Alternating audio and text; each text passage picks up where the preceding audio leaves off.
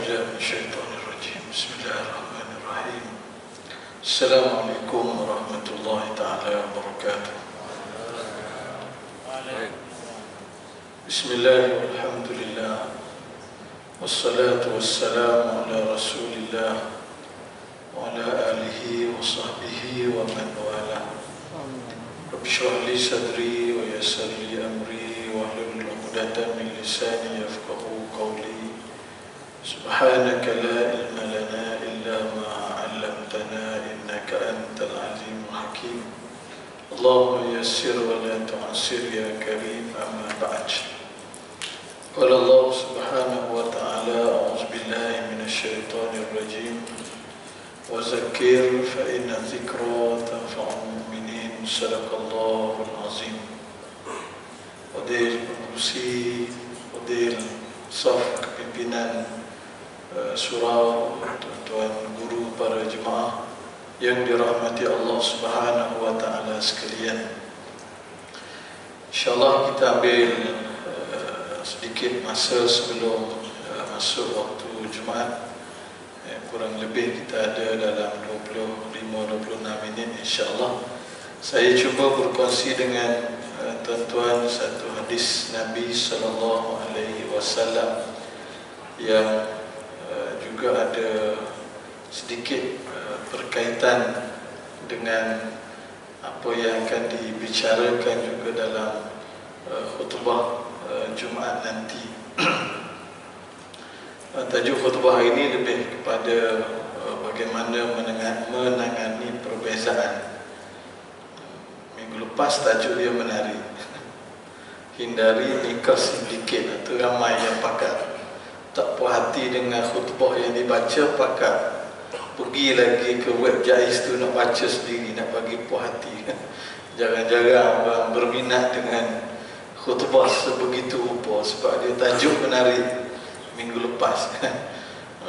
Sehingga ulasan-ulasan ada pula di Facebook khutbah minggu lepas. Baik, saya ambil satu hadis yang hadis ni kalau kira agak panjang, cuma dalam hadis 40 hadis penawar hati susunan Syekh Abu Ali Al-Banjari An-Nadwi, diambil sebahagian daripada hadis ini. An Mu'az radhiyallahu anhu qala summa qala Rasulullah sallallahu alaihi wasallam ala ukhbiruka bi ra'sil amri wa amudihi wa zirwati sanamihi qultu bala ya Rasulullah qala ra'sul amri al-islamu wa amuduhu as-salatu wa zirwatu sanamihi al-jihad summa qala ala ukhbiruka bi milaki dhalika kulli Qultu bala ya Rasulullah Fa'akhadha bilisanihi Qala kuffa alayka hadha Qultu ya Rasulullah Wa inna lamu'akhazuna bima natakallamu bihi Faqala sakalatka ummuka Wa hal yakubbun nasa fin nari ala wujuhihim Illa hasaidu al-sinatihim. Artinya daripada Mu'az bin Jabal radhiyallahu anhu, yakni dalam sebuah hadis yang panjang Rasulullah sallallahu alaihi wasallam bersabda, "Sukakah engkau wahai Mu'az, aku khabarkan tentang asas perkara ini dan tiangnya serta puncaknya?" Lalu Mu'az menjawab, "Bahkan wahai Rasulullah." Lalu baginda sallallahu alaihi wasallam menjelaskan asas perkara ini adalah Islam, tiangnya adalah sembahyang, puncaknya adalah jihad. Kemudian baginda sallallahu alaihi wasallam bersabda lagi, "Sukakah aku khabarkan kepada engkau punca bagi yang demikian itu semuanya?" Aku menjawab, "Baiklah ya Rasulullah," yakni bahkan ya Rasulullah. Lalu baginda sallallahu alaihi wasallam memegang lidahnya sambil bersabda, peliharalah ini baik-baik. Aku bertanya, wahai Rasulullah, apakah kami akan disiksa dari sebab lidah kami? Lalu Nabi SAW menjawab, ibu engkau kehilangan engkau. Bukankah ramai nantinya orang yang akan dicampakkan ke dalam neraka adalah berpunca dari kerana mulut mereka sendiri. Ini cerita tentang bahaya lidah. Nabi tunjuk kepada Muaz, Nabi tunjuk kepada lidah ataupun Nabi pegang lidah. Kemudian Nabi SAW menyatakan kepada Muaz, kuffa alaika, jaga ni, jaga lidah ini. Sebab apa? Sebab kata Nabi SAW, berapa ramai orang yang dicampakkan masuk ke dalam neraka puncanya ni, puncanya lidah. Dan kita lihat seperti yang saya sebutkan, ada kaitan juga dengan khutbah yang akan dikongsikan nanti, ialah bagaimana dalam menangani perbezaan pandangan ini antara yang banyak berperanannya lidah. Kan bila tak setuju, lidah inilah yang akan maki hamun, lidah inilah yang akan buat fitnah, lidah inilah yang akan mempelekehkan orang, yang mempersenda, yang mengejek dan seumpamanya, semata-mata tak boleh terima perbezaan pandangan. Baik, tuan-tuan para jemaah yang dirahmati Allah Subhanahu wa taala, kita lihat bagaimana Nabi sallallahu alaihi wasallam mengajar kita dalam hadis yang lain, sesiapa yang beriman kepada Allah Subhanahu wa taala dan hari akhirat, falyakul khairan aw liyasmut, hendaklah dia bercakap yang baik-baik ataupun dia diam. Dalam riwayat kata hendaklah dia kurangkan bercakap, hendaklah dia kurangkan bercakap ataupun dia diam. Baik, kalau kita lihat bila kita sebut tentang lidah ini, memang kita tak nafi lidah ini adalah suatu anugerah Allah Subhanahu wa taala. Dengan lidah kita boleh bercakap, dengan lidah kita boleh merasa. Dan kalau orang mengaji dia dalam ilmu sains ke apa tu, dia ada pula dalam lidah ni, dia ada peta-peta dia pula, manis tu kat mana dia punya bahagian dia. Tak ingat, lama dah tinggal. Tapi duk terbayang lagi lah, maknanya dia kalau masa ngaji dulu dia ada gambar lidah, dia ada tunjuk belah ni manis, sini masin, sini dia ada dia punya bahagian-bahagian dia, cuma tak ingat ada secara khusus. Maknanya kita boleh mengecapi kelazatan makanan ke apa ke dengan menggunakan lidah. Maknanya nikmat duniawi yang kita dapat dengan anggota yang namanya lidah. Satunya ialah untuk kita berkomunikasi, kita berkomunikasi dengan adanya lidah. Yang keduanya dari sudut kita boleh menikmati kelazatan makanan, minuman dan seumpamanya. Itu antara nikmat yang Allah Subhanahu wa taala anugerahkan kepada kita. Walau bagaimanapun, di sebalik anugerah Allah, nikmat yang Allah taala berikan dengan pelbagai fungsi yang ada, Nabi SAW memberikan amaran kepada kita, jaga lidah. Kerana lidah ini akan menjadi punca manusia dihumban, dicampak masuk dalam neraka. Kerana tuan-tuan para jemaah yang dirahmati Allah Subhanahu wa taala sekalian, kalau kita cuba bilang antara dosa-dosa besar yang puncanya daripada lidah, bohong puncanya lidah, memfitnah punca dia mana? Lidah. Mengumpat punca dia mana? Lidah. Kemudian maki hamun, punca dia mana?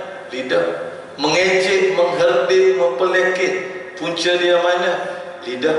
Jadi batu api, punca dia mana? Lidah. Kemudian yang lebih besar daripada itu, lidah ini juga boleh mengakibatkan manusia ini gugur akidah. Lidah juga, maknanya bukan sekadar menjadi punca kepada maksiat, tetapi lidah ini juga boleh menyebabkan manusia kufur kepada Allah Subhanahu wa ta'ala. Ada perkara-perkara yang boleh membatalkan akidah yang berpuncanya daripada lidah. Di sebalik beberapa fungsi ataupun kelebihan yang ada pada lidah ini, kita juga diberikan peringatan yang tegas oleh Nabi sallallahu alaihi wasallam akan bahaya yang menanti. Apatah lagi bila kita baca dalam surah Yasin, Allah sebut al-yawma nakhtimu ala afwahihim wa tukallimuna aydihim wa tashhadu arjuluhum bima kanu yaksibun. Ulama-ulama bincang, kenapa di hari akhirat Allah Ta'ala tutup mulut? Allah tutup mulut. Maknanya tutup mulut dalam arti kata Allah tidak membenarkan mulut berbicara, yakni lidah untuk berbicara. Sebab apa? Jawab dia, atas muka dunia ni kita boleh lihat, asal mulut berbicara je bohong semua. Asal cakapnya bohong. Kadang setengah orang tu 10 patah bercakap, 15 bohong. Ceritanya dia punya bohong tu kan. Bohong tu dia punya berangkai-rangkai, dia punya bohong. Orang bila start sekali bohong, dia akan bohong, dia akan bohong. Bahkan dah tak rasa ianya sebagai satu dosa yang mengundang kemurkaan daripada Allah Subhanahu wa ta'ala. Sebab itu Nabi SAW memberikan peringatan kepada kita untuk jaga lidah. Kalau kita kata mata ini, memanglah mata ni dia juga boleh menjadi punca pahala, seperti mana lidah juga. Kalau kita berzikir, kita baca Quran, kita bercakap perkara-perkara baik, dia boleh menjadi punca kepada pahala.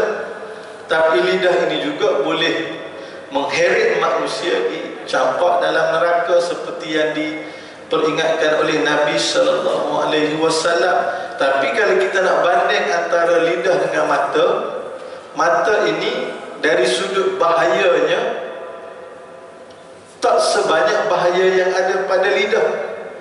Bahaya mata ialah memandang maksiat, memandang aurat, itu bahaya mata.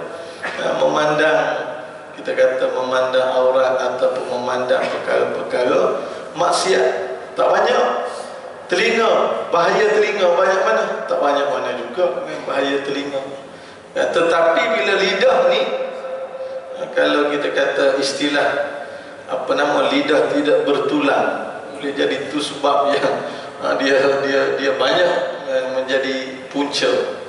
Sebab tu dia sebut lidah menentukan zahir keimanan ataupun kekufuran. Maknanya dia bukan sekadar membawa menjadi punca kepada kemaksiatan, tetapi juga membawa kepada kekufuran. Macam mana pula lidah boleh menjadi punca kekufuran?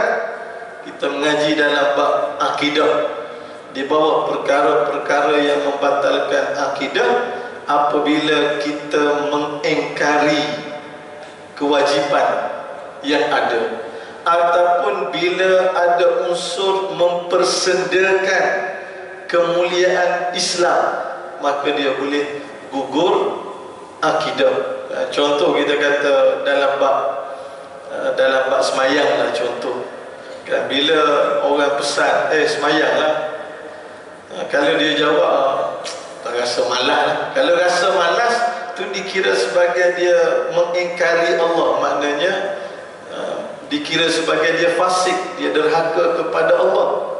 Tapi kalau dia kata alah musibut dosa sembahyang tak wajib pun, dia menafikan kewajipan, maka boleh rosak akidah. Ataupun orang pesan kepada dia, ni tak sembahyang ke, dia kata alah sibuk-sibuk sembahyang boleh apa, buat letih je. Ucapan itu termasuk dalam kategori mempersendakan kewajipan, maka gugur akidah.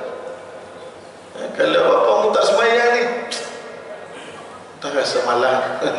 Rasa malas tu dia tak sampai gugur akidah. Sebab apa? Sebab dia tidak menafikan kewajipan, dia tidak mempersendakan, cuma dia lebih kepada malas.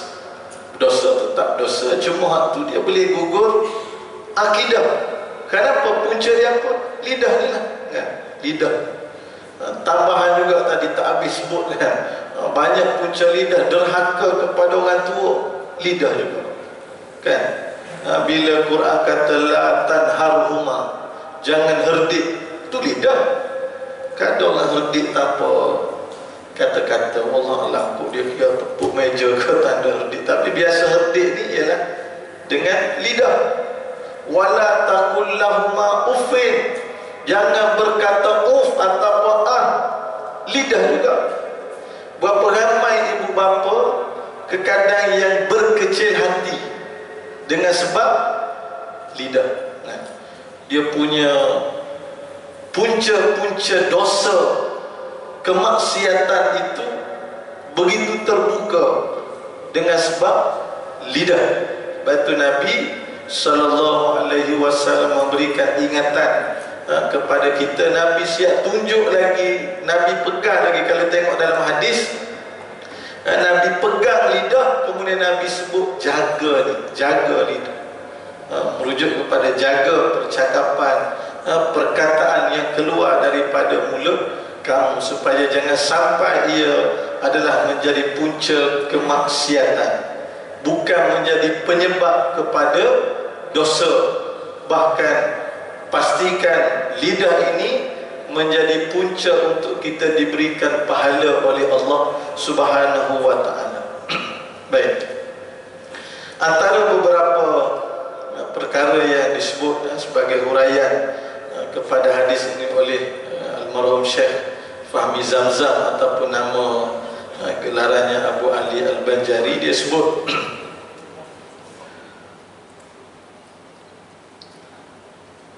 lidah terlalu susah untuk dikawal atau dihadkan penggunaannya, kerana ia punya ruang yang sangat luas sekali, sama ada untuk memperkatakan perkara yang baik atau perkara yang buruk. Dan lidah tidak akan dapat dikawal kecuali dengan kekuatan iman. Nak kawal lidah ni dengan kekuatan iman. Dia kalau kita kata tangan kaki tu orang boleh tahan lagi, nak pergi belasah orang tahan. Tapi lidah nak kawal macam mana? Kan nak pergi tutup mulut boleh? Susah kan? Susah. Kadang-kadang keluar juga sambil orang tahan tu, tangan kena pegang, kaki kena pegang, mulut duk pop lagi kan. Sehari dua baru ni viral isu, contoh simple ya. Dia nak order kopi espresso viral zaman ni, viral kan. Awak nak order kopi espresso gelas besar, mana ada kopi tu sendiri memang nature dia gelas kecil, tapi yang dia makin hamunya dengan kata-kata kasar apa semua, lidah juga menjadi punca.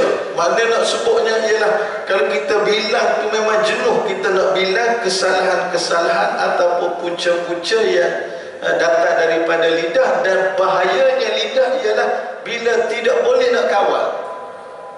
Nak kawal macam mana? Melainkan dengan kekuatan iman. Sebab itu Nabi SAW memberikan pesanan kepada kita supaya kalau nak bercakap, ya tentu apa yang nak diungkapkan itu adalah perkara-perkara yang baik. So mana yang kontrolnya? Dalam ni yang verify dulu, yang kontrol dulu. Okey, boleh. Tapi orang lain kadang tak ada tapi dah, dia nak bercakap, dia bercakap je ikut sedap. apa yang nak dikeluarkan. Maka kalau seseorang membiarkan lidahnya bercakap bebas, syaitan pasti akan menggunakannya untuk bercakap dengan maksiat dan kekufuran. Orang Islam masih belum menjadi kafir kalau hanya memakan harta riba. Ia hanya telah melakukan dosa besar. Tetapi ia menjadi kafir dan terkeluar daripada agama Islam apabila ia mengatakan bahawasanya harta riba itu adalah halal. Maknanya, kalau sekadar dia terlibat dengan riba, maka dia tak jatuh kufur lagi. Dia sekadar dikira derhaka kepada Allah. Tapi tak boleh juga. Derhaka pun tak boleh, bukan nak sebutnya oh kalau begitu okeylah derhaka, bukan okey, cuma nak sebutnya dia dikira derhaka kepada Allah. Tapi bila mulut masuk campur, silat-silat rosak akidah.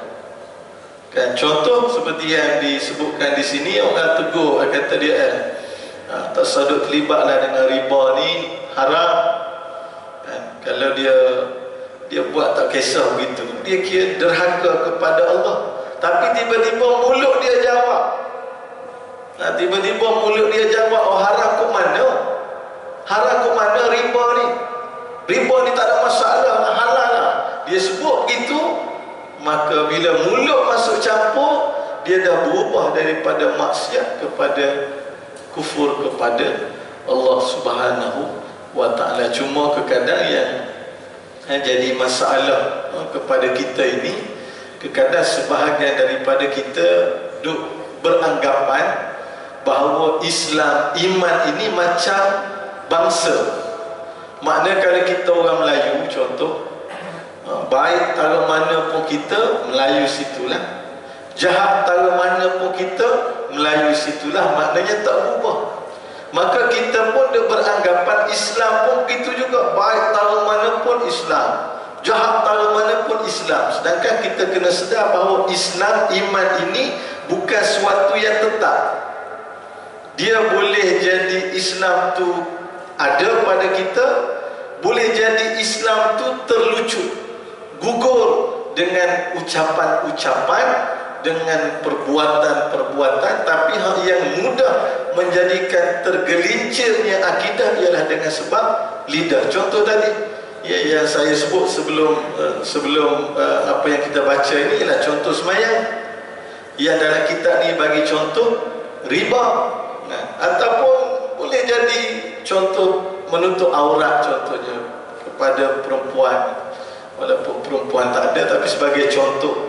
Kalau sebab kita ada anak-anak perempuan, kita ada isteri dan sebagainya, bila kita sebut contohnya tutuplah aurat, dia pun argue balik. Contoh, kalau dia kata belum bersedia, tu dikira derhaka kepada Allah.